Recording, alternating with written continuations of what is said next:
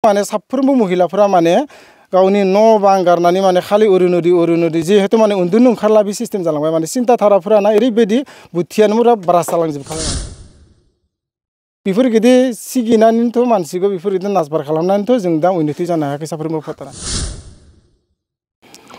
आं जिखुनु माने रांखान्थि उदांस्रिनि थाखाय बे खामानिखौ मावनाय जादों आं देरहाखांनायनि उनाव माने साफ्रोमबो भटारनि नामाव जिहेतु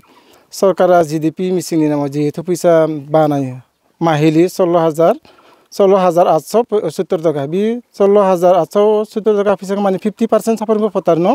ATM बानायनानै माने डाइरेक्टलि बाहायनो फैसाखौ बाहायनो माने साफ्रोमबो नागरिका बाहायनो हानाय माने सिस्टेमखौ माने आं बानायनो नागिरदों माने मा आसा जिहेतु देरहागोन बेसेबां आसा दं आसा माने आं साफ्रोमबो जिखुनु भटारनि सायाव माने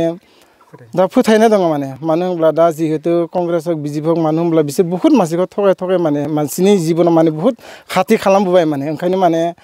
जों साफ्रोमबो भटारनि थाखाय जिहेतु आं साफ्रोमबो भटारनो माने अर्थनैतिक जिहेतु फैसा बे फैसाखौ होनायनि थाखाय नागिरदों नालाय ओंखायनो आंहा माने साफ्रोमबो अर्थनैतिकनि थाखाय नांनाय मानसिनो माने आंनि सायाव फोथायनानै माने भट होगोन होननानै आं बेखौ 100% फोथायनाय दं आरोना बेसेबां भटआव देरहागोन माने 1.5 लाख 1.5 लाख बेसेबां 13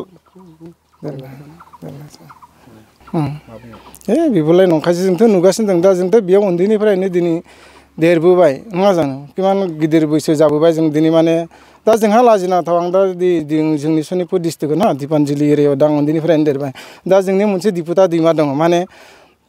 ओरैबायदि माने दैज्लां समाव बहुत खस्थ' माने बारनो माने बेमार आजार आरो मानसिफोरा जिहेतु सोलिनाय जाहान बाहान राङापारा टाउनाव थांनाय मानाय बहुत असुबिदा आरो स्कुलनि जिहेतु गथ'फोर दंना बिसोर बहुत असुबिदा जागासिनो दङ बिसोर बेखिनिखौनो बानायनो हायाखै आरो दा नै जों दा रायजोफोरानो नुयो जिहेतु लामा दाथ' BJPनिनो सरकार ना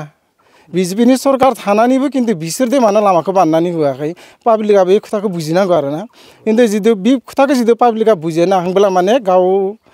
साफ्रोमबो माने बुरबकनि लामायाव सावगारिया रोखा बेरखांफैयो आरोना दा नोंथाङा रायजोफोरखौ मा खावलायगोन रायजोखौ माने आं सबखौबो माने खौसे जानानै गेसनि माबा सावगारियाव जेन भट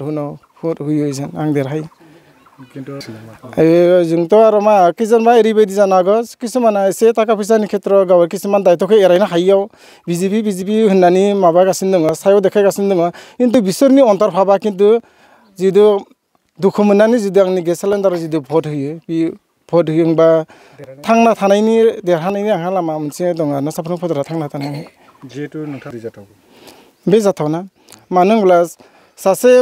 इन्जिनियारनि थाखाय मोनसे ब्रह्मपुत्र दैनि गेजेराव खुन्था गायनो हानाया इमान दलं बानायनो हानाया जुदि इमान इजि जायोबा आरो बे आंनि थाखायबो सम्भब मानो होनब्ला बेखौबो मानसियानो बानायदों आरो बेखौबो मानसियानो बानायगोन दङ नामा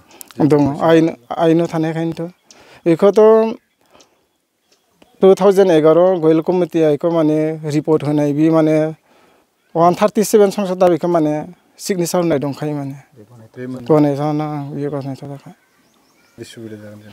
सुबिदायाथ' माने साफ्रोमबो मानसिनि आखायाव फैसा थायोब्ला बिसोरनि साननाय हनाय बुंनायफ्रा बहुत मोजां जागोन मानो होनब्ला फैसा होननायानोथ' मेन खर'नि मेडिसिना फैसा थायोब्ला जोंनि साननाय हनाय बुंनाय अनलायनाय फाफोरा माने साफ्रोमनियाबो समान जाजोबगोन आरोना आरो जों मानो होनबा आं गावबो भटार नालाय आं भटारनि सायाव माने साफ्रोमबो भटारखौ अननायानो साफ्रोमबो भटारखौ सनमान होनायानो माने आंनि धर्म आंनि कर्म आरो आंनि बे कर्मखौ मावोबानो बे धर्मखौ मावोबानो माने आंनि मानबता जिबननि मोनसे शक्ति दङ गुन दङ होननानै आं गावखौनो सिनायना लागोन आरोना दा BJPनि जितु बेफोरखौथ' आरो दा सिगां मानसिफोरा बुङोमोन आरोना जों फैसानि जिहेतु आन्दलन खालामबाय थायोमोन जों भटार पार्टिया फैसा होगोन होननानै खिन्थु जोंखौ मिनियोमोन आरोना सरकाराबो फैसा होनो हागोन होननानै मिनियोमोन खिन्थु जोंखौ ओरैबायदि सोरबा जोंना जिहेतु बयखाल गामिनि जाम्बा जाम्बिफोरा जोंनि भटारशिपनि आन्दलनाव थांनाय ओरैबायदि बुङोमोन मानसिफोरा जाम्बा जाम्बिफोरा फैसा गैयि साला लाजिनो रोङाफोरा मावना जानो रोङा साननाय हनायफोरा गोरों नङा ओंखायनो भिखारि बायदि फैसा बिनो हांदो बेबायदि बुङोमोन आरोना खिन्थु जों ओरैबायदि सानना मोनदो जों बुंनाय रावफोरा माने ओरैबायदि पजिटिभ ओरै फैगासिनो माने दा अरुनदय आसनि जिहेतु नङा जानो थगायनायखौनो माने साफ्रोमबो महिलाफोरा माने गावनि न' बां गारनानै माने खालि अरुनदय जिहेतु माने उन्दुनो ओंखारला बे सिस्टेम जालांबाय माने सिन्था धाराफोरा ना ओरैबायदि बुद्धियानो पुरा बारा जालांजोबखाबाय माने दा गुबुननि केम्पफोराव ओंखारबा बिनि सायाव नोंथाङा मा बुंनो सानो बेफोरलाय आरो सिगिनाय ओरैनो मानसिखौ नासबार खालामनाय बेफोरबायदि सिगिनानैथ' मानसिखौ बेफोरबायदि नासबार खालामनानैथ' जों दा उन्नति जानो हायाखै साफ्रोमबो भटारा 100% जों साफ्रोमबो भटारनो 8,435 थाखा होनो हानाय मान्थलि बेयो मोनबायानो थागोन मोनबायानो थागोन बियो आजीबन मोनगोन